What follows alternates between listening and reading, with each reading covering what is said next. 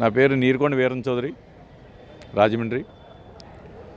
ఇప్పుడు ప్రభుత్వం చేసే పథకాలన్నిటికీ కేంద్ర ప్రభుత్వం సహకారంతో అన్నీ అమలు జరుగుతున్నాయి. ఖచ్చితంగా ఆ పనులే కేంద్ర ప్రభుత్వం నిధులతో వచ్చిన పనులే.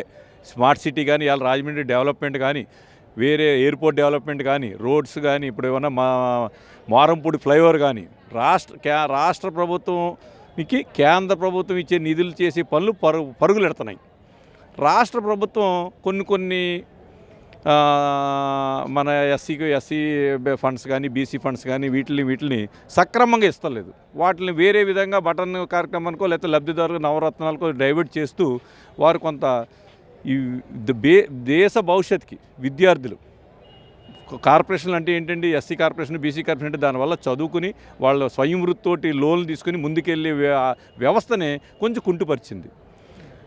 ఇది మా కేంద్రం నుంచి వచ్చి నిధులతో వచ్చి అన్ని పనులు ఆఖరికి ఇంటింటికి కుళాయి, ఈదికి సిమెంట్ రోడ్డు, ఇవన్నీ కూడా బ్రహ్మాండంగా నడుస్తున్నాయి. కేంద్ర ప్రభుత్వం సహకారంతో ఈ రాష్ట్ర ప్రభుత్వం రంగులు వేసుకుని మాయని చెప్పుకుంటుంది. అదేంటి, సంక్షేమ పథకాలు ఇస్తున్నారు కొన్ని సెక్టార్స్కి పేరు మార్చి, కానీ ఇవ్వాల్సిన రాష్ట్రాన్ని ముందు తీసుకెళ్లాల్సిన బీసీ కార్పొరేషన్ కానీ, ఎస్సీ కార్పొరేషన్ కానీ, మైనారిటీ ఇలాంటి కార్పొరేషన్ నిధులు లేకుండా నిర్వహణ చేస్తాం. నా ఉద్దేశంలో అది చాలా తప్పు. ఎందుకంటే వాళ్ళందరినీ పైకి తీసుకొచ్చి వాళ్ళ చదువులు వాళ్ళ వృత్తిలో ముందు తీసుకునే బాధ్యత రాష్ట్ర ప్రభుత్వం మీద ఉంది. ఆంధ్రప్రదేశ్లో వైఎస్ఆర్సీపీ నటిస్తుందండి. నిజానికి వైఎస్ఆర్సీపీ ప్రభుత్వం ఎలా ఉందంటే, జగన్మోహన్ రెడ్డి గారు అధికారంలోకి వచ్చిన తర్వాత కూడా వారు ఒక బిజినెస్ని ప్లాన్ చేసుకున్నారు. ఏంటంటే ఏదైతే ప్రభుత్వ పరంగా జరిగేటువంటి వ్యాపారాలు ఏవైతే ఉన్నాయో, ఉదాహరణకి మైనింగ్ కానీ, శాండ్ కానీ, లిక్కర్ కానీ, ల్యాండ్ కానీ, ఈ అంశాలని వారు బిజినెస్గా ప్లాన్ చేసుకుని ఆ బిజినెస్ ద్వారా వచ్చే ఆదాయం, అత్యధిక ఆదాయం నేరుగా వారి జేబుల్లోకి పోయే విధంగా, అంటే అదొక అద్భుతమైన, నిజంగా చెప్పాలంటే దేశంలో ఇటువంటి ఐడియా, ఇటువంటి ఆలోచన ఎవరికి ఉండదు. అలాగే సార్థకారత విషయం, ఏదో సామాజిక సార్థకారత అని ఏదో వారు చేస్తున్నారు. వారు అవి చెప్పుకుంటే అసలు నిజంగా జోక్ అని చెప్పుకోవాలి. ఎందుకంటే అక్కడ ఉండే మినిస్టర్స్ చాలామంది వివిధ అదర్ కమ్యూనిటీ మినిస్టర్స్ ఉంటారు. ఎవరైతే ఆ వైసీపీ జగన్మోహన్ రెడ్డి గారు అన్నాయిలుగా ఉన్న మినిస్టర్లు 3-4 ఎవరైతే ఉన్నారో వారు కాకుండా మిగతా ఉండేటువంటి వారు ఎవరికి కూడా కనీసం రేషన్ కార్డు ఇచ్చుకునేటువంటి అవకాశం కూడా వారికి లేదు. చూసుకుంటే వాళ్ళు పాలన ఎలా ఉందంటే, సలహాదారులు ఒక 100 మందిని పెట్టుకొని ఆ సలహాదారుల ద్వారా పాలన సాగిస్తూ సింగిల్ విండో సిస్టంలో రాష్ట్రంలో ఉండేటువంటి ఆదాయం వారి జేబులోకి వెళ్ళేలాగా, ఇది ఒక అద్భుతమైనటువంటి ఆలోచన. మరి ఇంత అద్భుతమైన ప్రభుత్వం మరి ప్రజలకు అవసరం లేదు. ఎందుకంటే ప్రజాస్వామ్య ప్రభుత్వం కాదు ఇది.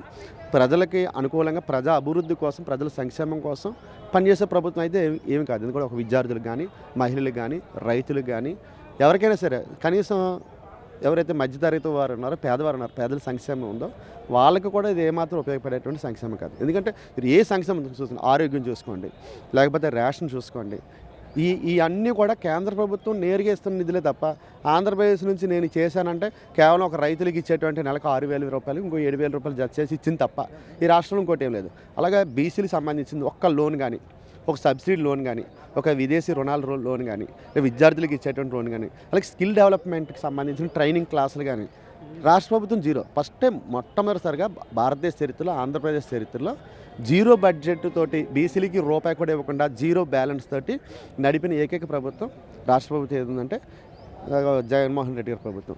ఇంకా దళితుల కోసం, మన ఎస్సీల కోసం ఆడుకుంటే అసలు తక్కువ ఆడుకుంటే అంత తక్కువ. ఏదైనా ఒక మంచి పని ఏదైనా చేశారంటే డాక్టర్ బిఆర్ అంబేద్కర్ గారు, అది కూడా ఓట్ల కోసం, ఆ యొక్క వర్గాల యొక్క మన్నన కోసం చేశారని క్లియర్ తెలిసిపోతుంది. ఇంక ఎస్సీల కోసం చేసింది అయితే జీరో. ఎస్సీ సప్లాన్ నిధులు ఎక్కడ ఉన్నాయో కూడా తెలియదు, బీసీ సప్లాన్ నిధులు ఎక్కడ ఉన్నాయో తెలియదు. ఎస్సీ సప్లాన్ నిధుల గురించి మాట్లాడుకుంటే వీరు ప్రభుత్వం వచ్చిన తర్వాత, ఈ పాలన తర్వాత ఎస్సీ వర్గాల్లో పాలనకు ముందు ఆ ప్రాంతాలు ఎలా ఉన్నాయి, ఇప్పుడు ఎలా చూసుకుంటే తెలిసిపోద్ది. అందువల్ల చాలా అసలు అతి వరస్ట్ అయిన ప్రభుత్వం రాష్ట్ర ప్రభుత్వం. ప్రజలు ఆల్రెడీ రిజెక్ట్ చేసేసారు, చేయడానికి ఇంకా ఆలోచన అయితే లేదు. వాళ్ళకి ఇంకో పాలన ఏంటంటే 2 నెలలు ఉంటుందండి. నా పేరు సతీష్ ప్రేమ్ అండి. నేను రాజమండ్రిలో నివసిస్తున్నాను. ప్రభుత్వం గురించి కామెంట్ చేయడానికి అంటే చాలా అసంతృప్తి చెంది ఉన్నారండి అందరూ ప్రభుత్వం, ఇప్పుడు ప్రస్తుతం ప్రభుత్వం గురించి. ఇప్పుడు సొమ్ము ఒకటిది సోకొకటిది అన్నట్టు పిఎం ఆవాస్ యోజన అనేది ఇళ్ళ స్కీమ్.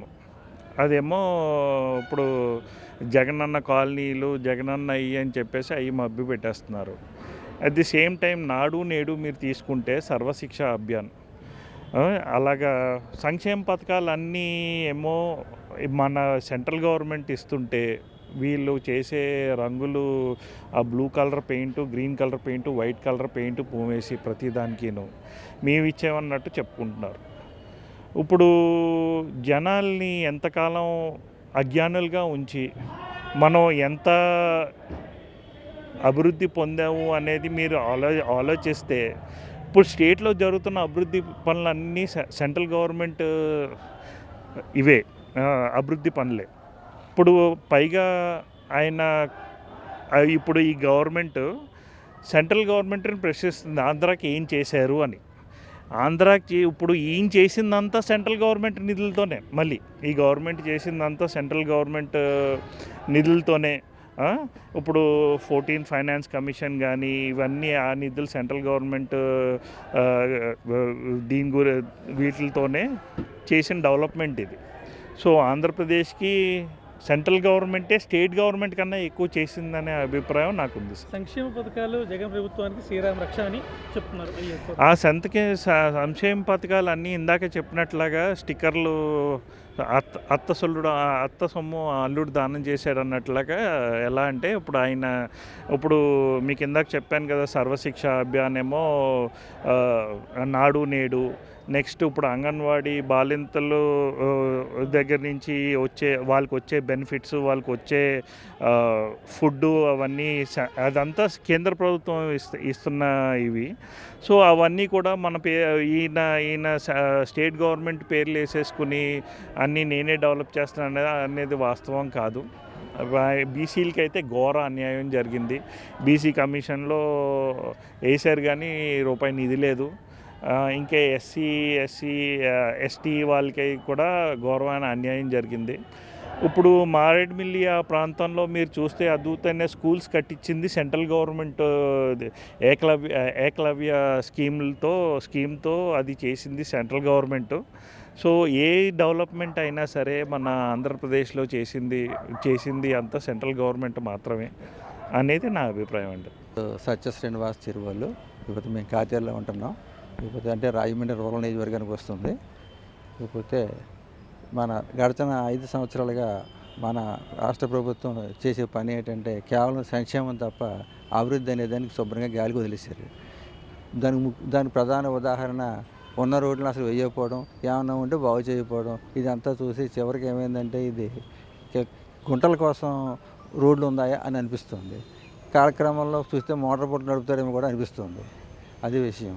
ఇకపోతే కొన్ని మంచి కార్యక్రమాలు చేసినప్పటికీ ఏదైనా కేంద్ర సహకారం లేకుండా వీళ్ళు చేసింది ఏమి అభివృద్ధి ఏమీ లేదు. ఇక్కడ మనకు రోడ్లు చూసామంటే ప్రత్యేకించి నేషనల్ హైవేస్ అని రోడ్లే కనిపిస్తుంది తప్పించి మామూలు రాష్ట్ర హైవేస్ రోడ్లే కనిపించట్లేదు. ఇదే రకంగా కేవలం 175 అని అనుకుంటున్నారు కానీ అది అన్ని వేళ సాధ్యం అయ్యే వ్యవహారం కాదు. ఇకపోతే అలా వచ్చినట్టయితే ఈ దేశంలో అపోజిషన్ పార్టీ అనేది ఉండదు, ప్రతిపక్షం అనేది అంతగానే కనిపించదు. ఇకపోతే అసలు అసెంబ్లీ నడుపుకోవడం కూడా అనవసరం.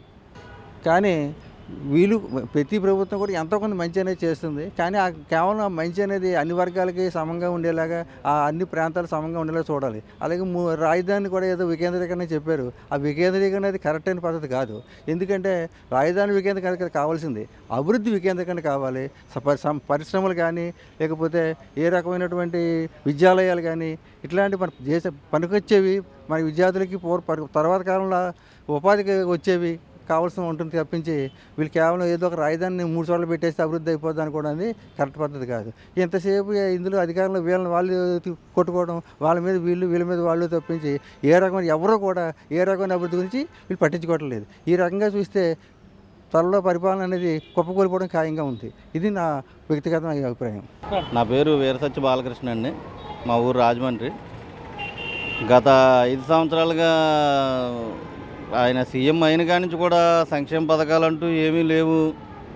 అసలు రాష్ట్ర అభివృద్ధి అన్నది ఏది జరగలేదండి. అభివృద్ధి చేస్తానన్నారు, ఏం చేశారండి? ఇప్పుడు ప్రత్యేక హోదా అన్నాడు, ప్రత్యేక హోదా లేదు. ఏదో 3 రాజధానులు అంటున్నాడు, ఒక రాజధానికే దిక్కు లేకుండా పోయింది. ఇంకా నిరుద్యోగాలు అయితే నిరుద్యోగులు అలాగే ఉన్నారండి. మేము కూడా ఖాళీగా పనులు లేకుండా ఎడుతున్నామండి. ఎక్కడికైనా ఏదైనా పని చేసుకుందామంటే ఎక్కడ పనులు ఏముంటాయండి? మొత్తం అన్నీ పెరిగిపోయి రేట్లు పెరిగిపోతే ఎవరు పనులు ఇస్తారండి? ఎవరు ఇప్పుడు మేము బట్టల షాపుల్లో పనిచేస్తామండి. ప్రతి సంవత్సరం కూడా మేము 2 నెలలు కష్టపడితే మాకు బోనస్ కింద ఇంతని ఇచ్చేవారండి.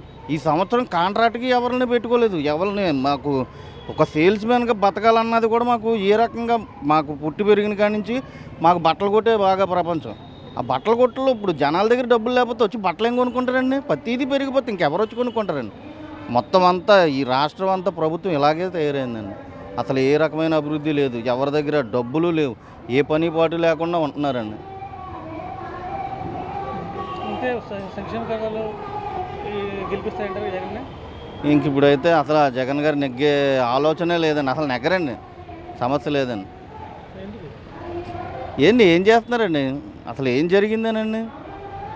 ఏమీ జరగలేనప్పుడు ఇప్పుడు బయటకు వచ్చి మాట్లాడుతున్నారు అంతేనండి. ఇంక అన్నది ఏది జరగలేదండి. ప్రజల్లో బలంగా ఉన్నారు. అబ్బాయి లేదండి. వాళ్ళు బయటకు వచ్చి వాళ్ళ మంత్రులు వాళ్ళ ఎమ్మెల్యేలు వాళ్ళు వచ్చి మాట్లాడమే తప్పించి ఆయన కూడా ఎక్కడ వస్తున్నాడండి? దోకం వస్తున్నాడు, దోకం వెళ్ళిపోతున్నాడు. బహిరంగంగా ఆయన ఎక్కడికైనా వచ్చి మాట్లాడుతున్నారు ఏంటండి? దోకం చేసేది ఒక రాజకీయమేనా? అది ప్రభుత్వం ఒక సీఎం అలా దోకం వెళ్తారా?